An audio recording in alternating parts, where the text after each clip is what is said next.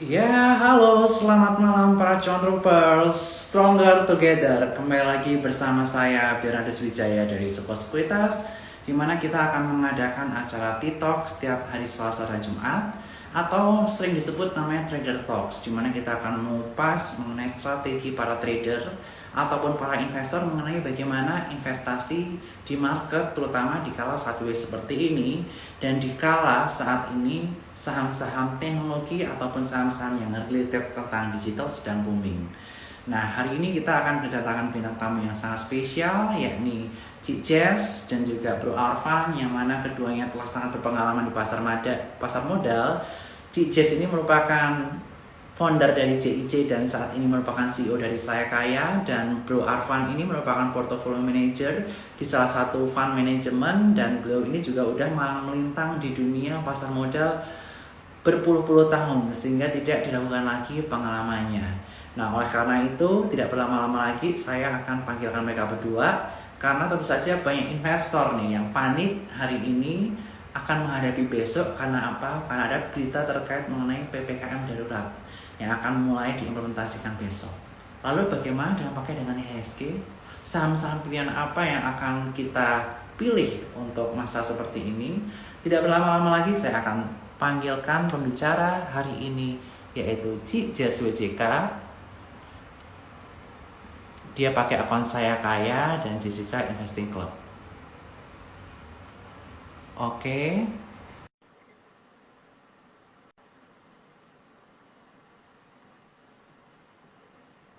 Halo Cik Jess. Belum tersambung. Saya coba ulangin sekali lagi.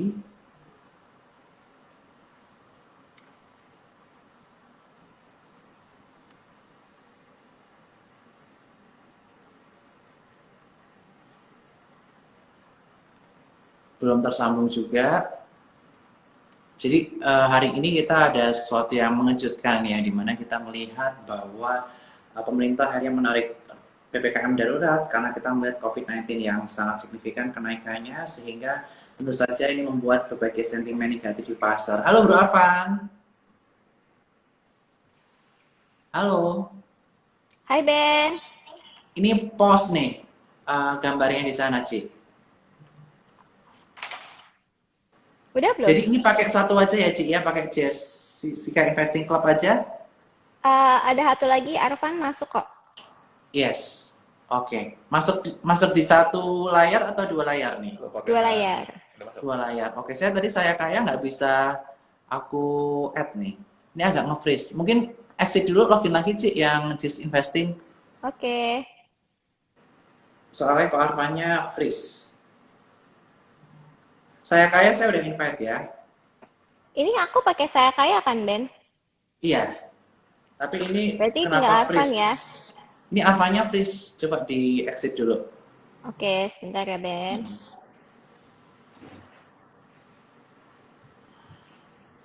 Oke, jadi kita sambil membahas ya, kita saat ini support kita memiliki campaign Stronger Together, di mana kita betul-betul ingin mengempower teman-teman semua yang bergabung dalam Cuan Troopers, di mana kita growing together, safer together, dan juga standing together. Yang pasti mudah-mudahan teman-teman bisa meningkatkan knowledge dan skill teman-teman dan juga ekuitas teman-teman dengan bergabung di Support Cuan Troopers. Dan buat teman-teman yang ingin bergabung, jangan lupa klik link bio Support Sekuritas atau link bio Instagram pribadi saya Bernard17. Teman-teman bisa buka rekening di Support Sekuritas. Oke, ini saya kayak enable to join. Saya cek lagi, ini Bro Arfan freeze.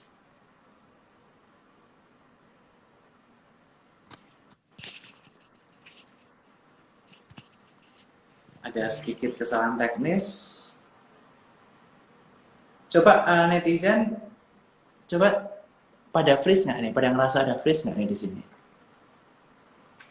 Aku udah enggak kan harusnya? Masih freeze. Coba bentar ya Ben. Ini Bro Arfanya masih benar-benar freeze. Mungkin harus di exit dulu, just WJK-nya dulu, gitu. Yang just investing club-nya maksudnya.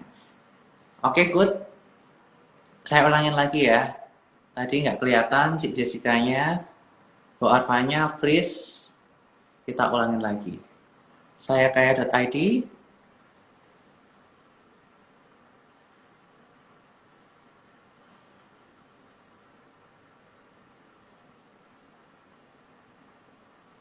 Oke, Cijes. Belum bisa join sebentar.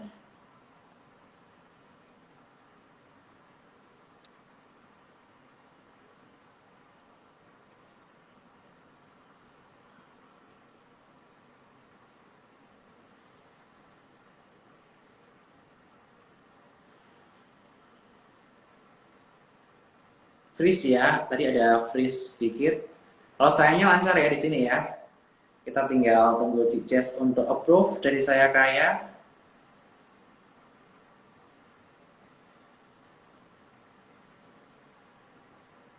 Oke, belum bisa join. Saya undang Jazz Investing Club untuk di-join.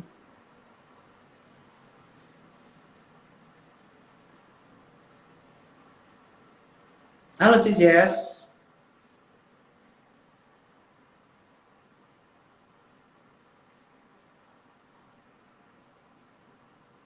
Saya kayaknya juga belum nih. Lancar ya, tapi kita tunggu dulu nih. Saya kaya dan Jazz Investing Club untuk join. Tapi sekali lagi sebagai informasi, hari ini saya ulangin, saya kaya is unable to join. Coba bisa raise hand, saya kaya. Di sini soalnya gagal terus nih. Mohon maaf sekali ya, ini ada kesalahan teknis sehingga saya kaya tidak bisa join cepat.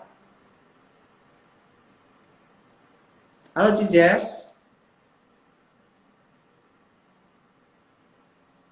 Oke, jadi kita bisa melihat. Nah, ini baru clear nih, Cijes. Tadi mungkin ada connection issue, connection problem. Sekarang saya panggilkan Bro Arfan di Jazz Investing Club ya. Ya. Oke. Tadi Bro Arfannya soalnya freeze. Jadi daripada nggak berjalan normal, kita mending tunggu Bro Arfan dulu. Kayaknya tadi udah request deh, Ben. Coba, mungkin bisa Udah di-accept. aku klik untuk send invites, tapi belum di approve. Coba. Jazz Investing Club saya request lagi. Bisa ya. Bisa kayak? Apa kalau nggak pakai satu aja kali ya, Ben ya? Oh pakai satu boleh, satu berdua Iya. sebelahan. Oke, bentar.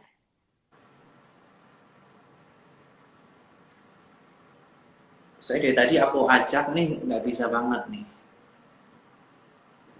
Oke, halo sekali lagi saya ucapkan selamat datang buat para cuan troopers yang udah hadir di Halo, acara Ben. TikToks.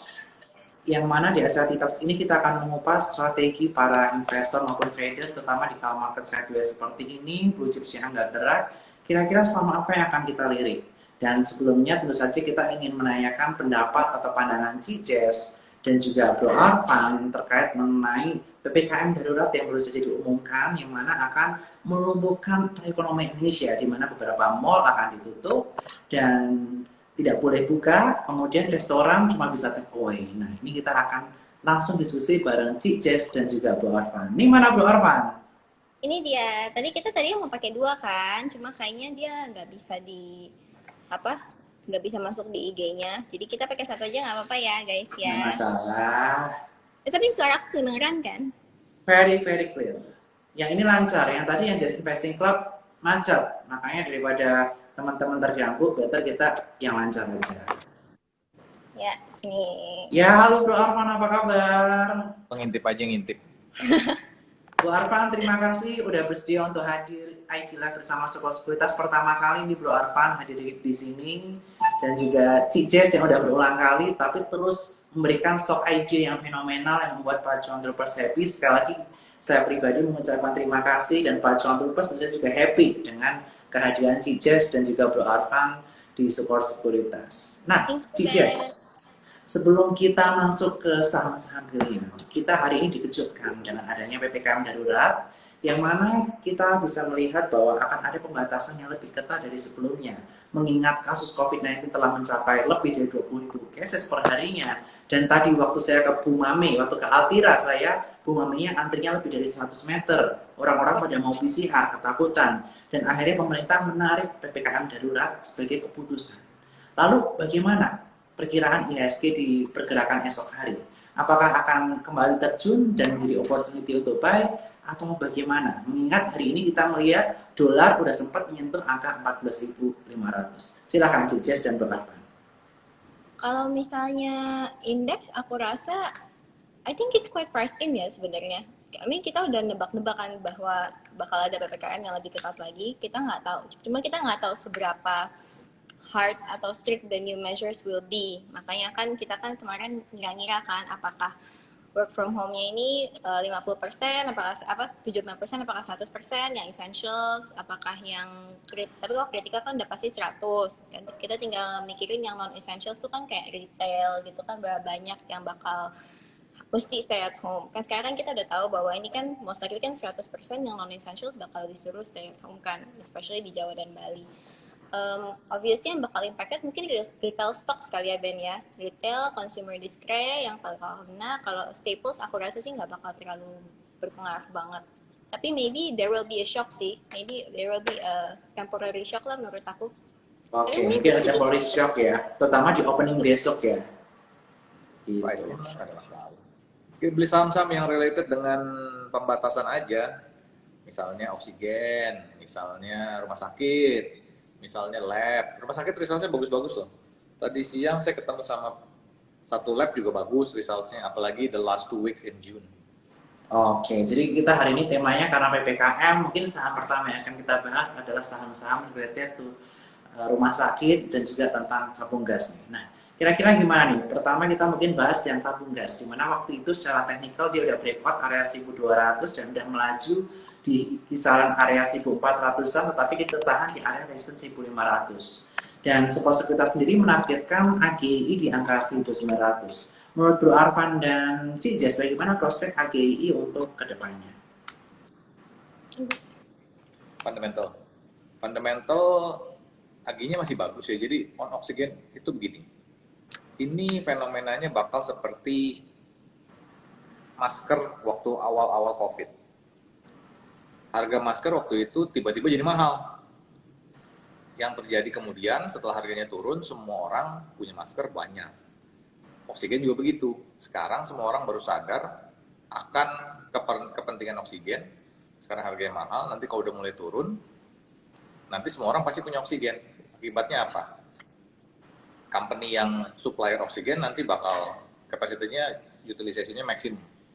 Ya, jadi bakal dapat windfall profits dari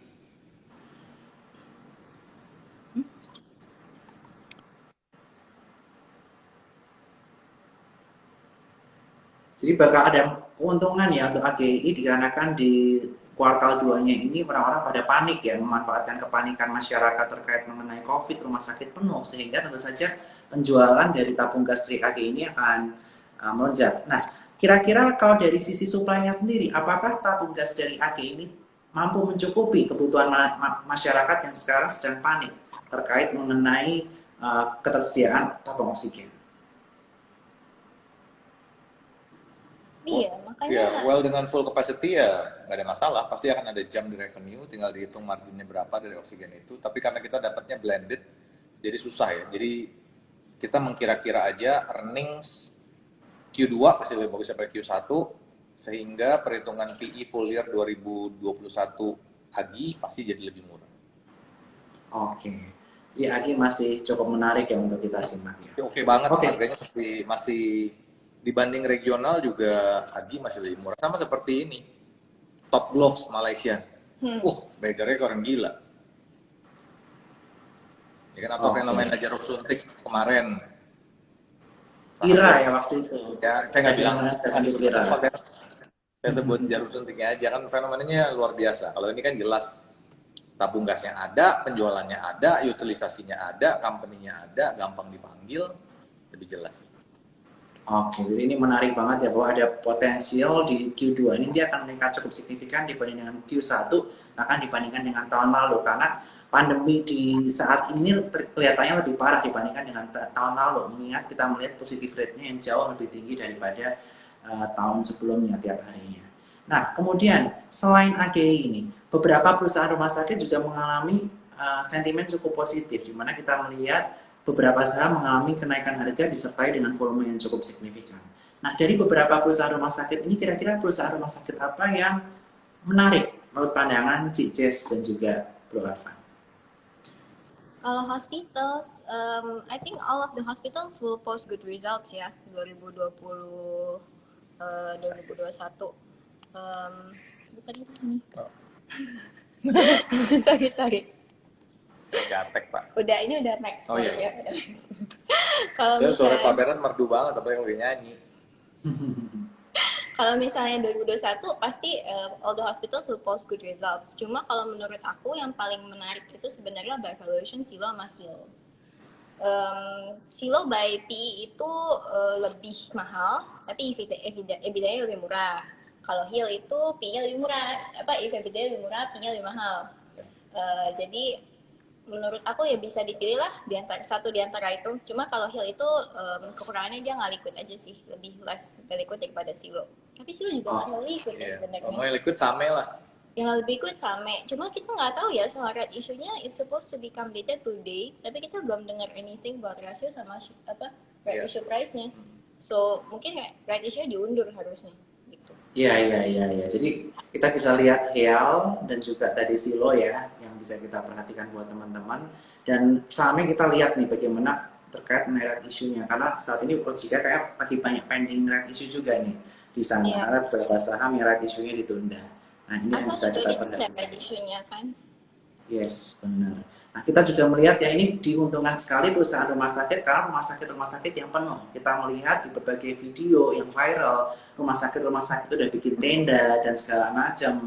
Yang mana ini tentu saja, walaupun ini merupakan musibah, sekali lagi kita very sorry to hear that, tapi ini menguntungkan emiten-emiten rumah sakit yang tentu saja istilahnya diuntungkan dengan adanya rumah sakit yang kapasitasnya full dikarenakan COVID-19 ini. Lalu terkait mengenai rumah sakit sendiri nih, saat ini kapasitasnya udah banyak rumah sakit yang full. Apakah mereka bisa mengextend kapasitasnya lagi dengan pendirian tenda atau lainnya yang akan dilakukan oleh emiten semacam Hill atau Silo ke depannya, mengingat pasien COVID-19 yang udah membludak sana sini? Bisa dihitung dari bornya Pak Bernard. Bed occupancy ratio itu satu. Itu efeknya ke revenue. Tapi among that, yang paling penting itu adalah ada margin expansion di EBITDA. EBITDA marginnya itu expand lumayan banget. Bisa sampai 40%. Yang contohnya tahun lalu ada yang cuma 20 atau malah below 20% EBITDA margin. Ya, karena kita kan rumah sakit biasanya ngitungnya pakai EV EBITDA.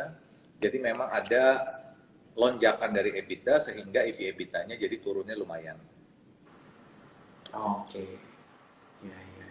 Saya bilang, it's a very good opportunity untuk beli rumah sakit sekarang sesuai dengan temanya, looking for overlook value, looking for overlook stocks. Yes. Rumah sakit ini oke banget, EBITDA-nya saya bilang bakal bagus banget, nggak hanya di Q2, tapi juga kelihatannya akan berlanjut sampai Q3. Ya. Jadi instead of, biasanya begini kan, dari results EBITDA Q1 2021, kita bisa kira-kira nih full year-nya gimana gitu. Kita analyze. Sepertinya akan lebih besar. Jadi misalnya EBITDA-nya Same, Q1 itu 60. Sepertinya kita nggak kali 4 deh. Kayaknya bisa lebih tinggi lagi EBITDA-nya. Karena ya itu tadi yang saya bilang, EBITDA margin dari rumah sakit ini expansion. Yes. Surprising kayak Hill itu saya ingatnya tuh EBITDA-nya Hill tuh mid to high teens. Tahunya begitu keluar results, analyze jadi low teens banget. 11 ya? 11. Waktu kemarin Sukor yang keluarin report Hill itu, Jennifer, I think itu EBITDA-nya Hill tuh 11 kali. Jadi itu murah banget loh. Ya, prediksi dibandingkan kompetitor ya, dibandingkan dengan Silo dan rumah sakit lainnya. Ini tadi netizen ini ada yang nanya nih. Mika gimana nih kalau Mika? Jess.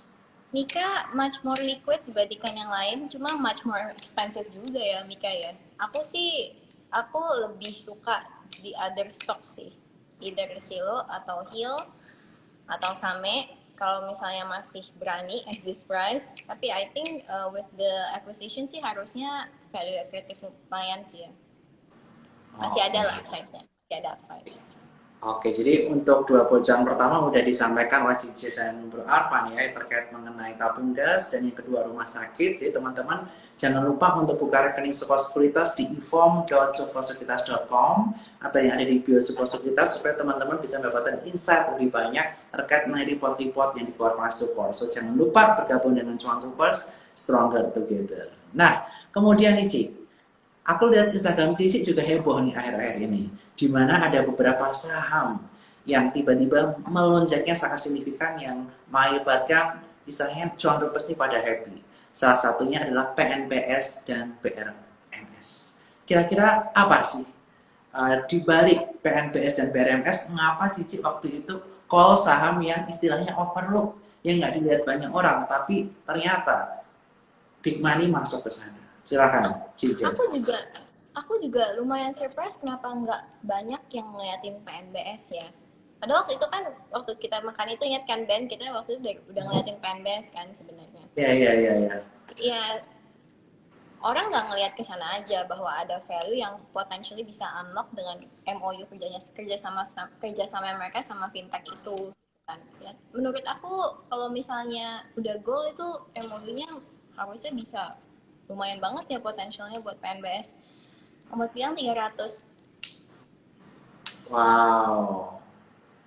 Oke, disclaimer on ya teman-teman ya. Ada MOU dengan fintech, dan ini bukan rumor, udah ada keterbukaan informasi yang bisa dicari dari IDX.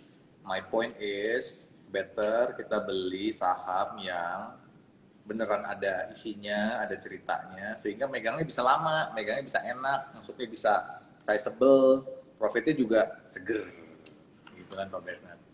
Yes, agree. Ya kan, Thank kalau you for berani icip-icip di saham yang kamu nggak beneran tahu, ya kenapa nggak berani untuk masuk yang bigger size ke saham yang kamu udah tahu isinya, fundamentalnya ada, pegangnya lebih enak, begitu run, waduh, mantap. Kalau BRMS gimana nih story-nya? BRMS kan tadi ada ini ya sama Hasan kan. Actually Hasan tuh the first one yang nge-pitch BRMS sih, yang ngasih tahu soal BRMS bahwa ada potential, ada standby buyer yang mau masuk, dilihat isunya mereka, a sizable size dari grup yang lumayan terkenal juga. Tapi waktu itu kan hurdle-nya itu karena Q1 sama Q2 mereka nggak bisa mining. Allegedly karena mereka punya alat rusak dan harus diimport spare part-nya dari Cina atau semacamnya itu. Jadi Q1 dan Q2-nya 2021 ini pasti jelek. Ya obviously jelek karena nggak bisa mining kan. Tapi setelah dilihat-lihat kelihatannya aset gold-nya tuh lumayan gede ya, lumayan gede. Tapi kita nggak tahu kan aset gold ini gede, mineable atau enggak. Ya kita kan berpatokan nanti kita berharap bahwa ya asetnya at least majority mineable lah ya. Ya udah gitu lah. lagi. Ya udah jorok lagi. Jadi udah jelas goldnya itu ada. Jadi kalau gold ya Pak Bernard, saya pernah dikasih tahu sama senior saya nih, orang yang sangat senior dan sangat pandai. Beliau pernah bilang bahwa kalau gold itu mestinya nggak akan ada penemuan gold yang super big, tiba-tiba ada satu company yang antah berantah gitu punya, wah gue menemukan reserve gede nih, luar biasa gedenya, nggak mungkin. Sebabnya mestinya per sekarang semua tempat-tempat yang memiliki reserve gold gede itu sudah terdeteksi. Gitu, jadi kayak film Busang tuh yang apa sih filmnya namanya itu si Matthew McConaughey itu mestinya tuh sekarang sih udah sangat kecil lah kemungkinannya untuk terjadi penipuan masif kayak gitu, udah kecil. Jadi dalam arti mestinya sih goldnya jelas ada, udah di jork lagi. Jork itu kan untuk gold lama ya, beda sama coal yang satu kerukan, 3 kerukan dapat 1 kerukan coal misalnya, sedangkan gold itu kan bisa 1 ton, gold itu cuma 1 gram ya, jadi tinggal tentuin mineable atau enggak. Makanya jorknya itu bisa lama, jorknya itu bisa 1 tahun untuk jork gold mining ya. Tapi gitu udah ada jork, asetnya jelas ada, BRMS, dan I think this very well known group itu juga, wah setahu saya sih orangnya sangat detail. Saya pernah cerita deh ke Pak Bernard dulu ceritanya, ini orang ya Pak Bernard, yang grupnya itu yang invest kan. Betul, sangat detail, mestinya sih ya oke lah. Dan setelah grupnya masuk kan beliaunya akan naruh orang di board kan, di BOD dan BOC. Maksudnya sih yang akan. positif progress untuk BRMS ini. Oke, jadi dengan adanya penggantian board dari ini akan menjadi positif progress ya kan. Tentu saja yang tadi, grup tadi itu yang invest pasti melakukan analisis secara detail. Dan saya dengan dia masuk dan dia ada masuk board, tentu saja nanti sisi-sisinya akan diperbaiki, terutama dari sisi BRMS, sehingga kedepannya kita harapkan performanya akan menjadi lebih baik. Nah, Ci, kita juga baru aja melihat nih mengenai gold. Kemarin kita melihat bahwa ada satu perusahaan yang baru IPO, yaitu adalah RG, yang mana kita dari Sekuritas juga baru saja mengeluarkan report terkait mengenai RG, di mana kita target price di angka 1240, karena kita melihat juga dibandingkan dengan kompetitor, EV EBITDA dan EV resources-nya merupakan yang paling kecil dibandingkan yang lain, dan juga kita bisa melihat bahwa saat ini RG harganya di bawah harga IPO. Kira-kira gimana menurut pandangan Cik Jess mengenai hal ini? Kalau RC sih by EV EBITDA-nya itu murah. EV per reserve, EV per resource-nya juga murah. Nanti mereka akan announce lagi kan. Akan announce lagi yang sudah JOR later this year, kemudian tahun depan lagi. Sehingga valuation-nya sangat murah. Tapi karena ini pure gold, jadinya yang mesti dilihat adalah pergerakan harga emas. Nah, gimana cara ngeliatin pergerakan harga emasnya? Yang pertama nih Pak Bernard, yang paling utama kita mesti lihat stance-nya US. Ya, kalau US-nya belum akan naikin suku bunga, berarti masih aman. As long as they still keep pumping the money to the system, I think everywhere in the world is safe. Ya, makanya ini juga agak lompat ya Pak Bernard. Jadi ini juga yang menjawab kenapa tahun ini di mana-mana, nggak hanya di Indonesia, banyak M&A. Ya. Tahun-tahun sebelumnya pre-COVID ya, saya selalu skeptikal yang dengan namanya M&A. Saya bilang, duitnya dari mana? Duitnya dari mana? Gimana caranya ngeluarin? Kalaupun minjem kan dia mesti bayar suku bunga yang belum tentu murah. Sedangkan sekarang ini the era of cheap money. Ya. Makanya M&A-nya right, Indonesia juga begitu. Right issue, apapun, makan, dihabisin, naik ke atas, semuanya terbang. Zaman dulu itu kita jokesnya bilang, kalau semua company udah right issue, itu tandanya udah peaking. Ternyata sekarang, right issue di berapa, dimakan terus. Dan jangankan right issue, Pak Bernard. Satu company right issue-nya 2 kali dalam jangka waktu yang pendek. Yes. Dihabisin juga, harganya masih naik. Why? That's not a miracle or magic sebenarnya. Karena itu, this is the era of cheap money. Ya. Suku bunganya rendah, bisa minjemnya US dollar, bisa M&A kemana-mana. Jadi, the era of cheap money. Nah, katanya Fed bakal kemungkinan akan menaikkan suku bunga by the end of 2023. Ya. What will happen? Jangan lupa, market will always move first. Ya. Jadi kalau benar end of 2023, saya 2024 Januari lah ya. Berarti mungkin kira-kira 6 to 9 months before that, marketnya udah mulai adjust. Marketnya udah mulai crack kemungkinan ya. Tapi I think Fed will be very careful this time untuk naikin suku bunga. Karena guidance-nya itu, yang pertama itu not only inflation, ya, tapi adalah unemployment atau employment. Yes. Ya, sedangkan ini employment-nya masih jauh dari target yang diharapkan. Jadi saya rasa mungkin maybe masih agak lama ya. Kemarin kan Fed bilang kemungkinan 2023, tiba-tiba stance-nya agak hawkish, Dow-nya turun 1 hari, besoknya rebound lagi. Dan cepat. Yes, agree banget. Jadi setuju banget sama Bro Arfan yang terkait mengenai era of cheap money, di mana suku bunganya rendah banget di angka 0,25% di sana. Jadi untuk minjem duit misalnya dalam USD pun kita pasti kena bunga yang rendah. And that's why benar kata Bro Arfan, gold masih aman dan banyak right issue yang dimakan, dihantam. Karena saat ini merupakan era cheap money yang tentu saja jika perusahaan-perusahaannya prospek yang cukup bagus, terutama yang kaitannya dengan digitalisasi, banyak yang istilahnya langsung ready, terutama jika grup-grup besar udah meneliti secara detail perusahaannya, dia akan ready untuk injek di situ. Nah, oke, selanjutnya kita. Aku boleh nambahin nggak? Ini kan tadi ada yang sempat komen takut BRMS jadi bumi kedua. I think in this especially in this momentum ya, banyak kok, maksudnya you don't have to risk kalau misalnya emang nggak suka gitu sama saham grupnya B gitu kan, nggak usah di risk dan maksain masuk ke sana, karena I think there's so many other stocks yang punya results bagus, GCG bagus, dan you don't have to risk it kalau misalnya emang nggak masuk your stock universe, you know. There are so many other choices. Jadi nggak perlu dipaksa. I mean kayak, even I always say kalau misalnya mau masuk BRMS, it's ya buat yang berani highly speculative aja gitu loh.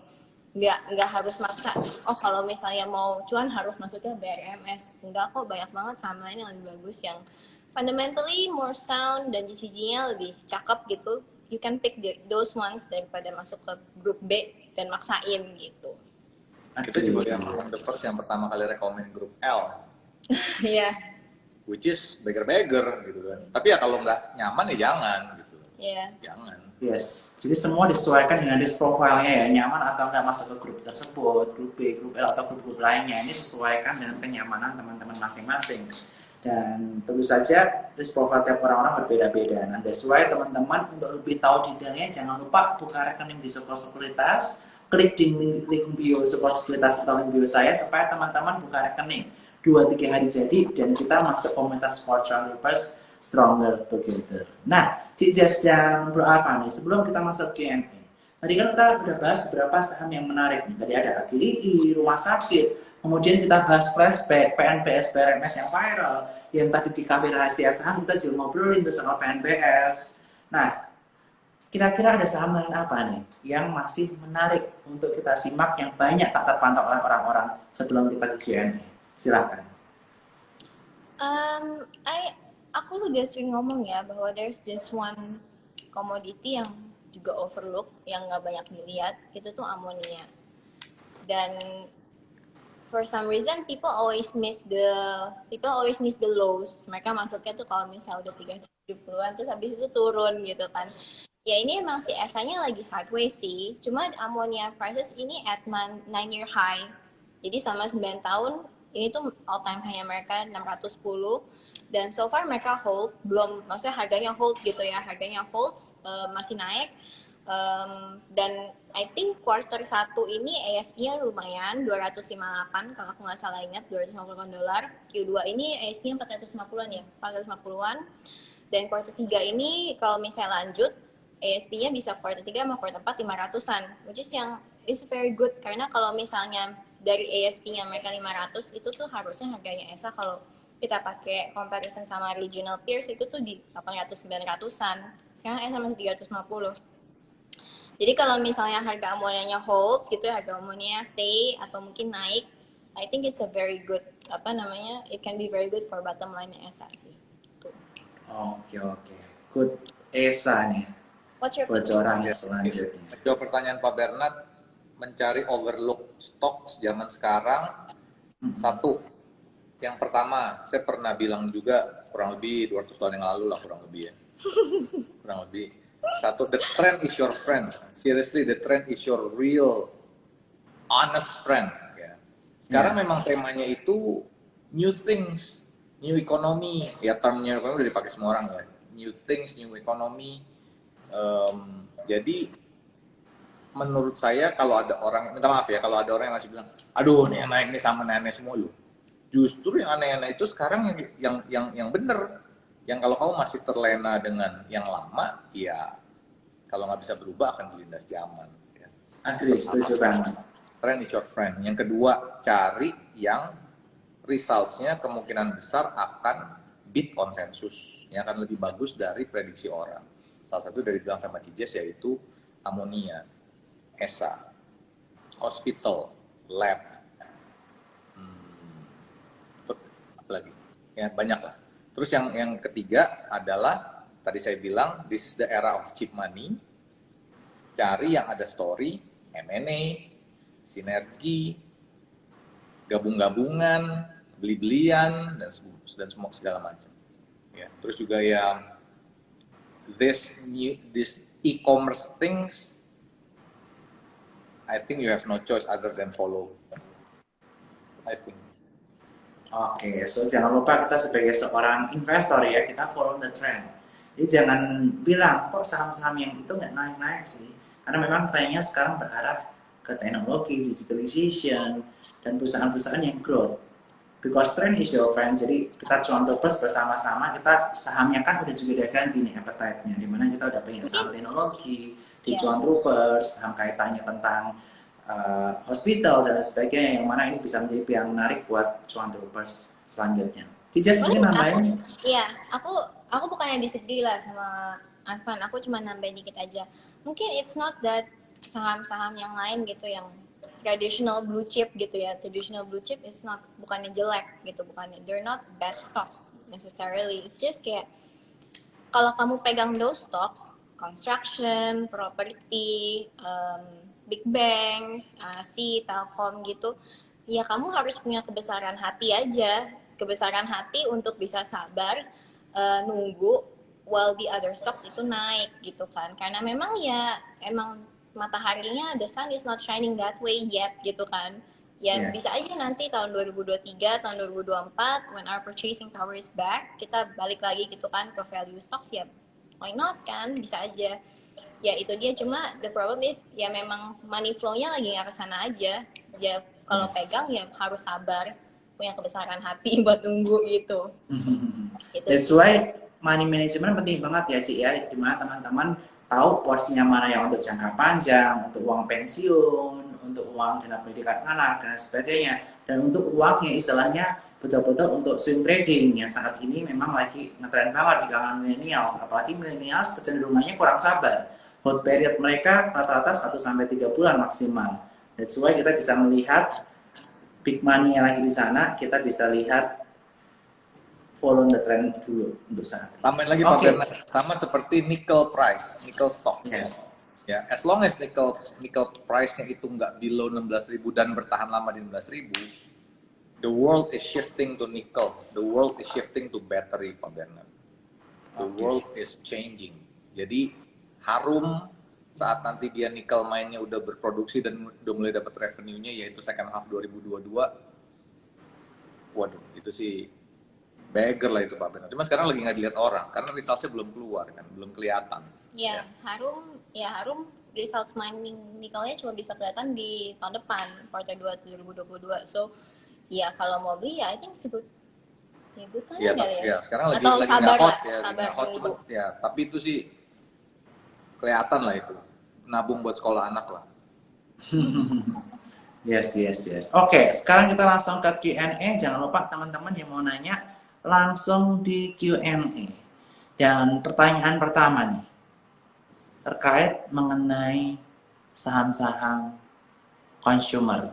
Ini selalu di tiap IG Live selalu ada yang menanya mengenai saham-saham consumer. Bagaimana potensi saham consumer, terutama INDF, ICBP, Itu yang secara valuation jauh lebih murah daripada Unilever. Silahkan Ci. Staples atau Discre, Ben? Sorry? Staples atau Discre? Consumer staples Consumer atau INDF, ICBP. oh ICBP. Gimana? Ya by historical ya udah lumayan murah sih, cuma it's that right, sama aja kayak lagi nggak pada ngeliatin ke sini. Kalau lagi nggak pada ngeliatin ke sini ya sahamnya nggak bakal banyak gerak. Or ya kayak di sini-sini kalaupun naik ya mungkin nggak banyak gitu kan. Ya kalau kamu pegang, if you want to buy then you have to be able to wait, I guess ya. Ya Yes. maksudnya itu kan pilihan masing-masing kan, either mau nunggu atau mau mendingan cari saham yang lagi banyak momentumnya gitu kan. Ya pilihan masing-masing sih I guess, tapi ya kalau dibilang mahal sih enggak ya NDF. Ya itu murah Jauh kan. lebih murah daripada Unilever kan, dari Just kompetitornya. kayak gini kan Ben, if you want the consumer stocks untuk naik banyak, that means resultsnya mereka pun harus beat konsensus by a lot dong, ya kan? Yes. Karena emang kan sekarang resultsnya kan juga nggak grow banyak-banyak juga kan sebenarnya. Jadi ya kalau misalnya nggak ada increase in purchasing power nomor satu, dan resultsnya mereka nggak bakal boom. Kalau nggak bisa beat konsensus, ya nggak bakal ada surprise earnings, nggak bakal ada misalnya kayak turnaround story yang gimana banget gitu buat consumer. Menurutku ya. Kalau INDF gimana? Kan INDF ada CPO-nya, di mana di kuartal 1 kemarin CPO harganya tinggi-tingginya nih. Dan kita tadi lihat hari ini INDF waktu tadi pagi kita call di saham pagi naik 3,75%. Dan result terakhir untuk Q1 adalah hari esok. Jadi kemungkinan besar result INDF mau nggak mau keluarnya besok. Akankah ada surprise untuk INDF yang mana dia merupakan holding dari SCPP dan juga LSIP yang mana merupakan perusahaan CPO? Silakan. Cek Bloomberg. Beli CPO-nya aja Pak Bernard. Bener. Kenapa nggak bisa Iya CPO-nya? langsung aja beli CPO-nya aja, mau LSIP ke, mau TAPG ke, mau AALI ke, mau D. Ya boleh, ya Jangan TAPG yang ya lain. pasti. Ini aja. TAPG. Oke, ini cuma untuk orang-orang yang safe nih, makanya dia tanya INDF ICPP. Pasti orang-orang yang safe gitu. Nah, kalau untuk CPO-nya nih, ini kita ada pertanyaan juga hari ini yang kaitannya mengenai saham-saham CPO. Kira-kira bagaimana potensi untuk saham-saham CPO ke depannya? Aku kalau CPO cuma suka TAPG sih. TAPG. Cuma suka TAPG. Mengapa? Livanya kan turun. Pengaruhnya ke TAPG itu bagus banget. Additional 30-40% bottom line. So it's very good. 30-40% itu signifikan loh Ben buat bottom line TAPG. Kemudian kalau untuk DSNG bagaimana? Kan kita ada lihat story bahwa TAPG ada membeli beberapa saham dari DSNG. Aku somehow belum terlalu buy into the story ya. Kalau aku nggak tahu sih, aku nggak tahu dari real story-nya kayak gimana. Cuma somehow buat aku belum terlalu buy in sama story-nya sih. TAPG beli DSNG ini. Dan apakah mungkin dibeli di harga murah? Kan nggak mungkin juga kan. Kalau nggak dibeli di harga murah, so it's bad for TAPG dong. Karena mereka belinya at valuation premium. Menurut kamu gimana? Cocok. TAPG masih oke kok. TAPG ya, the best choice saat ini. Betul, udah ESG dan inilah, ginilah. Kalau jualan ESG doangan, eventually everything will be ESG. Yes, everything will change to ESG related. Yes. Saat ini kelemahan perusahaan-perusahaan kayak LSIP, AALI mereka belum ESG ya. That's why kita better untuk pilih perusahaan yang ESG friendly supaya fund-fund asing yang udah istilahnya comply fulfill dengan ESG bisa beli barang tersebut seperti itu. Dan TAPG juga masih muda kan pohonnya dibandingkan yang lain. So yield-nya juga masih lebih bagus dibandingkan the others. Gitu Ben. So menurutku kalau pilih CPO, aku sih my pick sih TAPG. Kalau untuk call sendiri gimana nih prospeknya? Di mana harga call saat ini di angka 120 sampai 125 USD per tonnya, di mana all time high dalam 4-5 tahun terakhir. Tapi harga sahamnya di situ-situ aja. Why? Apakah ada pilihan yang menarik? Kalau harga saham, gini, harga saham tuh kan sebenarnya kan ditentukan sama power pembeli dan penjual kan. Ya kalau nggak ada yang beli, nggak bisa naik-naik. Gitu nomor satu. Tapi for call, my pick sih ITMG. Aku paling suka ITMG yang call beneran ya. Kalau misalnya mau call rasa nikel, yang mendingan Harum Energy lah. Oke, next. Kita pertanyaan selanjutnya nih, yang juga ramai nih. Kan tadi kan Cici bahas Harum Energi, yang mana dia punya nikel juga ke depannya. Nah, kita langsung tanya sekalian nih perusahaan nikel-nikel yang sekarang, yang udah memproduksi, seperti Antam dan juga Inco. Kira-kira bagaimana prospeknya? Kalau misalnya nikelnya lanjut ya bagus sih buat mereka, tapi gimana ya, aku nggak terlalu Antam, aku udah nggak terlalu suka sih sebenarnya. I'm just kayak BUMN in general tuh aku nggak terlalu favorit for me. Terlalu suka BUMN. Kamu gimana? Cocok. Apa nggak terlalu suka BUMN karena sedang ada kaitannya mengenai BPJS dan Taspen yang istilahnya berita-berita mereka mengurangi pembelian saham? Enggak sih, in general aku nggak terlalu suka BUMN karena BUMN ini rentan dijadikan alat politik, kepanjangan tangan alat politik ya, kayak pegas gitu kan. Company-nya sih baik-baik aja, cuma kan harga gas ini kan di cap sama pemerintah, so it's not like they can make a lot of money there.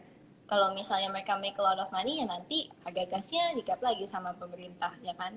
Jadi in general aku emang nggak terlalu suka BUMN sih, BUMN stocks for For me ya, personally. Nggak tahu deh kamu, suka nggak tuh BUMN? Karena terlalu banyak diatur sama pemerintah ya, istilahnya terlalu banyak regulation yang bisa melimit potential earnings yang mereka dapatkan. Misalnya harga gas dibatasi, harusnya harga gas bisa tinggi nih di dunia, tapi dibatasi. Sehingga Jadi istilahnya ini politis. mengakibatkan potensial revenue earnings mereka juga turun. Itu contohnya kasus di Paygas. Oke. Lalu kalau untuk Copper gimana nih?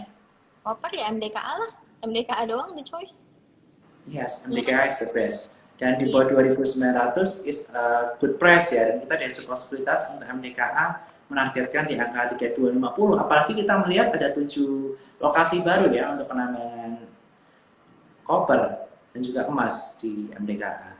Iya, dan ini Ben, kalau nikel ini kan easily replaceable. Bukan easily replaceable lah. China bisa kontrol distributionnya, right? Tapi kalau copper tuh enggak. Karena China cuma produce kayak mungkin 15% out of the whole world's punya consumption. Jadi mereka tuh sebenarnya sangat tergantung sama bahan baku copper ini. Jadi kalau misalnya mau ngomong soal commodity super cycle, ya nikel, copper, sama my other overlooked commodity amonia. Oke, nikel, koper, dan amonia ya di saat komoditi super cycle saat ini. Oke, kita akan bahas pertanyaannya selanjutnya. Ini soal bank digital nih.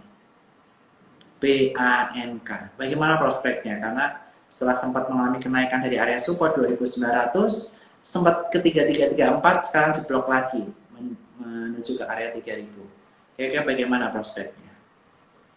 Om buat jawab. Percayalah, BNK itu will be big. Percayalah. Kayak gini. Oke. Digital bank mau pakai valuation apa? Sama ke e-commerce. Mau pakai valuation apa, Pak? E-commerce contohnya ya. Mau pakai apa? Revenue growth, GMV growth. Well, kalau mau itu mereka promo aja gila-gilaan. Pasti GMV dan revenue-nya tinggi. Mau apa? Take rate-nya tinggi. Boleh, tinggal dinaikin aja take rate-nya tinggi. Jadi saya bilang on this e-commerce and digital bank, relative valuation-nya itu jadi sulit. Ya. Nah, kembali ke digital bank dan e-commerce. Jadi gimana cara men-value-nya? I think the only way, karena kalau pakai relative valuation, kita pasti debat sampai besok atau lusa. Atau tahun depan. Atau 20 tahun lagi. Saat mereka udah valuation udah gila-gila. Okay? Jadi saya bilang gini aja, contoh. Saat semua orang bilang Arto market cap, ya kita ngomong market cap-nya saja. Market cap-nya sudah lebih tinggi dari BNI. Semua orang bilang, wah gila ini udah nggak make sense segala macam bla bla bla. Sempat turun sedikit, eventually naik lagi. Ya. Jadi apa yang kita pelajari, apa yang kita lihat aja dari market cap. Apakah digital bank ini pantas untuk mendapatkan market cap sebesar BNI misalnya? Kalau dibilang enggak, oke, no problem. Kira-kira berapa persen? Tengahnya 60%, 70%. That's your upside on digital bank. Karena eventually, ya, this digital bank ini masih belum boom. Jangan lupa di Indonesia itu kepemilikan bank account di Indonesia itu masih rendah. Kemungkinan mereka semua akan beralih dengan pertumbuhan anak muda ya. Ya yang sudah berumur kayak saya dan orang tua saya juga sudah beralih ke digital bank. Ya, jadi kemudian mereka nanti akan their first account digital bank yang ada promo, yang ada kemudahan bertransaksi, yang ada kemudahan top up, yang ada banyak tadi promo udah ya. Pilihan tarik tunai, transfer nggak pakai biaya. So I think this will eventually change the banking industry. Ya, saya pernah cerita juga ke Cijes. Basically saat mungkin bank mulai perbankan ya, the banking system mulai ada, mungkin mulai rame, mungkin 150 tahun yang lalu, 100 tahun yang lalu. Basically apa yang berubah? Zaman dulu orang datang ke bank ambil uang, mau transfer, mungkin sampai dengan 15 tahun yang lalu masih sama. Kebanyakan orang masih transfernya ke bank. Kemudian direvolusi dengan ATM. Ya sekarang apa? Gara-gara corona, saya nggak pernah pakai bukan digital banking, online banking. Online banking saya nggak pernah pakai, tapi karena corona saya dipaksa untuk pakai online banking. Jadi this thing will eventually will change the way you do banking. Ya. Kembali ke pertanyaan Pak Bernard, gimana cara value-nya? Market cap-nya aja deh sekarang. Sebabnya kalau valuation susah Pak, sampai besok kita ngobrol. Oke. Ya, mending kalau ada snack-nya, kalau nggak puyeng Pak. Snack seret Pak. Yes, Ya, yes. jadi Walaupun ya, secara sekarang PBV lebih mahal ya daripada Arto saat ini. Gimana? Secara PBV lebih mahal ya daripada Arto walaupun BHNK saat ini. Eh, Still okay. yes, PBV. Kalau pakai PBV di digital banks, I think itu kurang apply sih. Karena Oke. otherwise kayak dulu kita beli Arto PBV berapa tuh? 80. Kita beli di berapa? And it's like, ya nggak make sense kalau lu mau beli something yang PBV 80, right? What in the world will justify that move gitu kan? Nggak ada gitu. Jadi kita nggak Tapi bisa. emang eranya udah berubah ya istilahnya Iya, seperti itu iya. ya. Aku nggak bilang bahwa the old way of valuing stocks itu salah ya. Aku nggak bilang gitu. Aku bilang on these things, if you want to buy, that means you have to look at it from a different angle. If you want to buy ya, kalau nggak mau ya nggak usah diomongin lah ya. Ya terserah aja orang mau beli apa kan. Cuma if you want to buy, then you have to look at it at a different angle. Bukan PBV yang kita bisa pakai on digital banks, right? Tapi berapa sih harga satu customer-nya, ya kan? Acquisition price itu berapa? Terus mereka punya growth tuh gimana? Loan growth-nya itu gimana? Eventually mereka kapan make money-nya? Ini kan semua kan kita bisa lihat di Jago kan sebenarnya. Well, they're saying quarter 3-nya mereka bakal posting profit. Yes. Ya, well, let's see lah. Let's see apakah mereka bakal meet our expectations atau enggak gitu. Yes, yes. Lalu kita ini bank digital lain nih ada Baca dan BBYB. Gimana pandangan dari GJS? Aku tuh suka BBYB sih. I like it very much. Cuma ada shareholder yang lumayan gede yang mau keluar kan. So, I think itu bakal terhambatnya gara-gara itu sih ya. Ya, hopefully mereka cepet-cepet keluar lah. Biar barangnya bisa cepet-cepet beres. Gitu kan. Ya. Kalau BABP aku kurang liatin. Kamu liatin nggak? Enggak. BABP mungkin BABP waktu itu kita ada take profit cuan troopers di 400. Kita ada bagger 3 kali dalam waktu 1-2 minggu. Selamat cuan troopers yang udah bagger 3 kali BABP.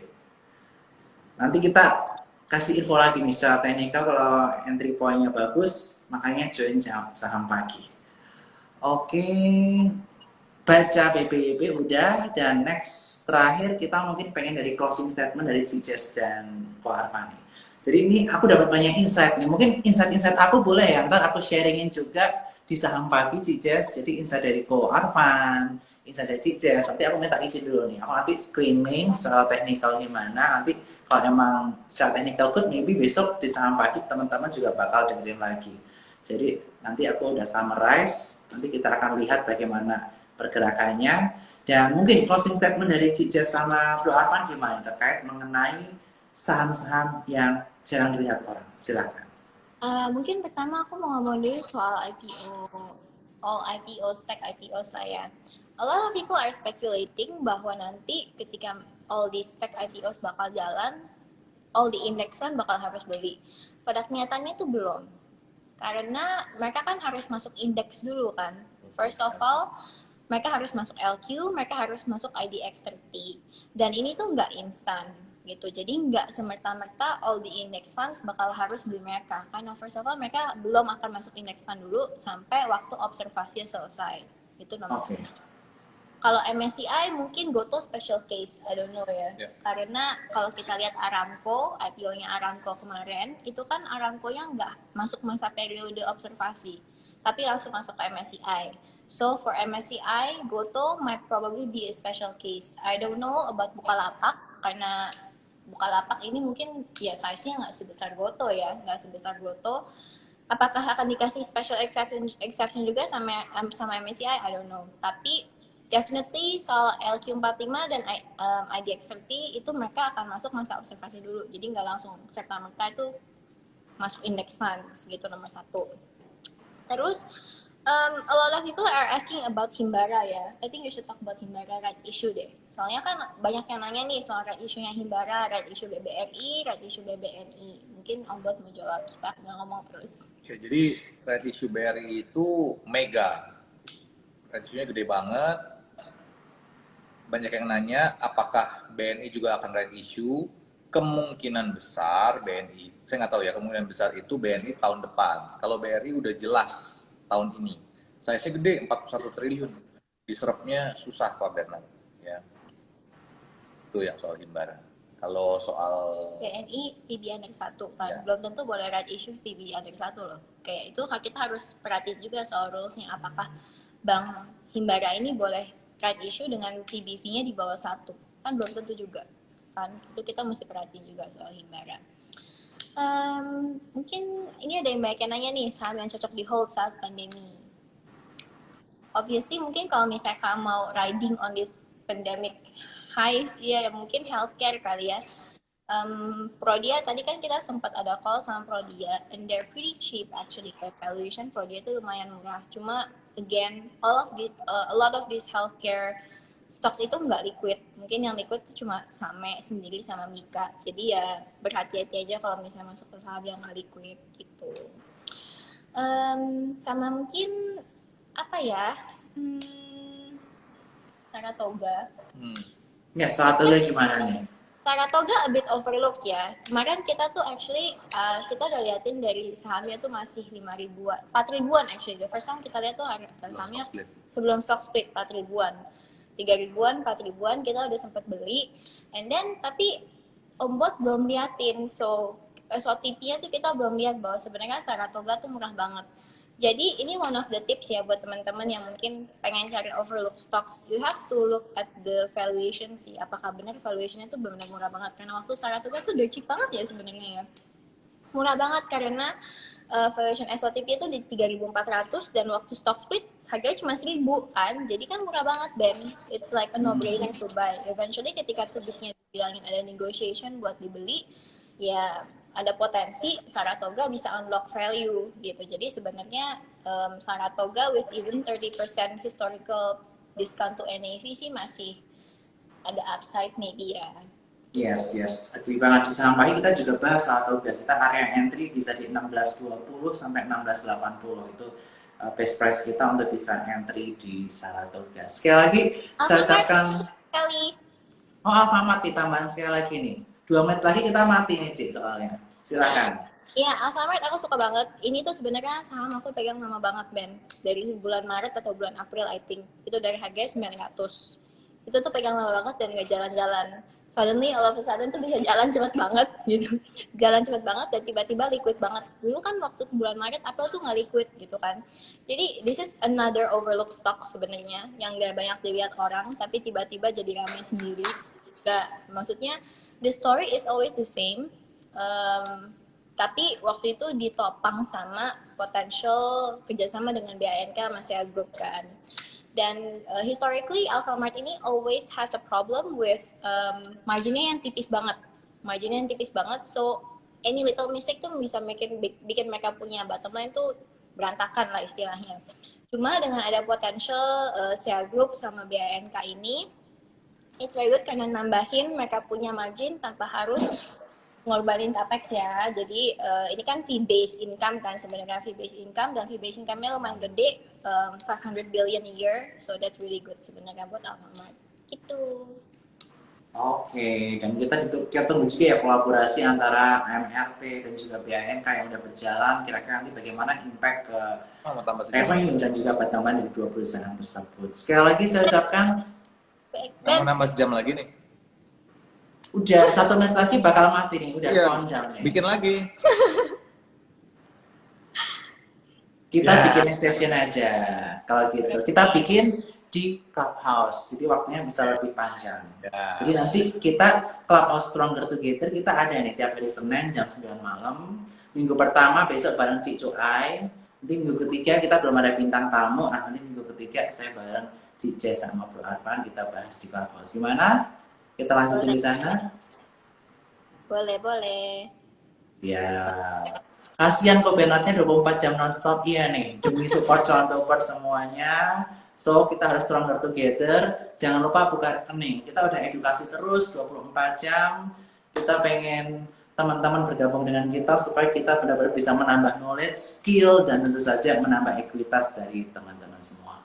Oke, sekali lagi terima kasih Cices, Bro Arpan. Ternyata Thank 1 jam you, nggak Ren. cukup. Thank you Thank teman-teman you, Cuan thank you. Troopers. Dan next kita Bye. tunggu di Clubhouse. Bye bye. Thank you. See you.